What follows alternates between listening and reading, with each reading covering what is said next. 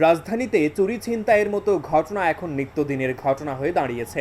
বিভিন্ন জায়গায় অভিযান চালিয়ে যদিও পুলিশ এই চোর চক্রকে আটক করতে সক্ষম হচ্ছেন। পূর্ব থানার অন্তর্গত চুরিকাণ্ডে অভিযান চালিয়ে ওসির নেতৃত্বে আবারও 5 দাগি চোরকে আটক করতে সক্ষম হয় পূর্ব আগরতলা থানার পুলিশ। বুধবার রাজধানী থেকে চুরি যাওয়া টমটম এবং 2টি বাইক অভিযান চালিয়ে উদ্ধার করতে সক্ষম হয় পুলিশ। পাশাপাশি প্রান্তোষ দেব নামের এক কুখ্যাত চোরকেও আটক করতে সক্ষম হয় পুলিশ। তাকে জোর জিজ্ঞাসাবাদ চালিয়ে রাজধানী যোগেন্দ্রনগর এলাকা থেকে 2টি বাইক সহ একটি টমটম উদ্ধার করে পুলিশ। পাশাপাশি আরও 4 জনকে গ্রেপ্তার করা হয়। তারা হলো যথাক্রমে রূপক মালাকার, চাঙ্কি চৌধুরী, অমিত গোস্বামী এবং সুজিত মোদক। তাদের প্রত্যেকের বাড়ি শহরতলির বিভিন্ন এলাকায়। তারা রাজধানীর বিভিন্ন জায়গা থেকে বাইক এবং টমটম চুরি করে ব্যাটারি এবং প্রয়োজনীয় সরঞ্জামগুলি বিক্রি করে নেশার টাকা জোগাড় করে বলে জানান পুলিশ আধিকারিকরা। তাদের প্রত্যেকের বিরুদ্ধে মামলা নিয়ে আদালতে সোপর্দ করা হবে বলে জানান সদর মহকুমা পুলিশ আধিকারিক দেবপ্রসাদ রায়। কি বলছেন তিনি শোনাবো একবার। আমরা গত কিছুদিন যাবৎ আমরা একটা জিনিস লক্ষ্য করেছি যে শহরের মধ্যে কিছু চুরি বলতে বিশেষ করে বাইক, টমটম এগুলি চুরি হচ্ছিল। সেই অনুযায়ী আমরা একটা কমপ্লেন একজনের কাছ থেকে একটা অভিযোগ পাই। সেই অভিযোগগুলো আমরা আজকে একজনকে গ্রেপ্তার করেছি। তার নাম হচ্ছে প্রান্তোষ দেব। ওর বিরুদ্ধে আগেও অভিযোগ ছিল, ওকে অ্যারেস্ট করা হয়েছে বিভিন্ন চুরির ক্ষেত্রে।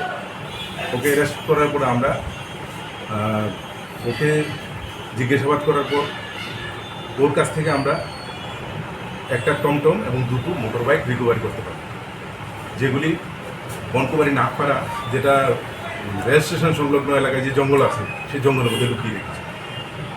তো একটা বাইক চুরি করেছিল হ্যাঙ্গিং ব্রিজের কাছ থেকে, আর একটা এমজি বাজারের থেকে, আর টমটমটা চুরি করেছে সিয়া রোড থেকে।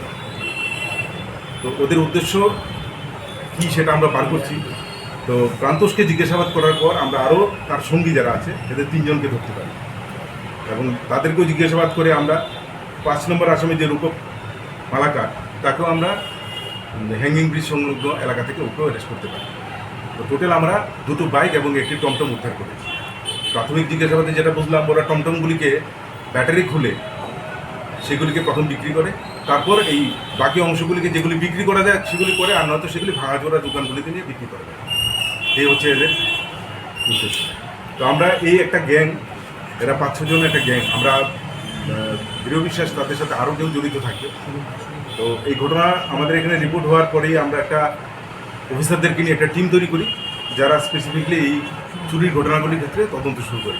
এবং এটা পূর্ব থানার ওসি রানা চ্যাটার্জির নেতৃত্বেই এই অভিযানগুলি চালানো হয় এবং আমাদের দৃঢ় বিশ্বাস আমরা এদের বাকি যারা জড়িত আছে এদেরকে আমরা ধরতে পারবো। কতদিন আগে কমপ্লেন করা হয়েছিল? কমপ্লেন আজকে আমরা যেটা পেয়েছি কমপ্লেন, সেটা হচ্ছে সুমন শীল, যিনি কমপ্লেন করেছেন বাইক, বিশেষ করে বাইক চুরির ঘটনা নিয়ে। পরবর্তী সময়ে আমরা জানতে পারি যে সেই টমটমও চুরি হয়েছে, প্লাস আরও আরেকটা বাইক চুরি হয়েছে।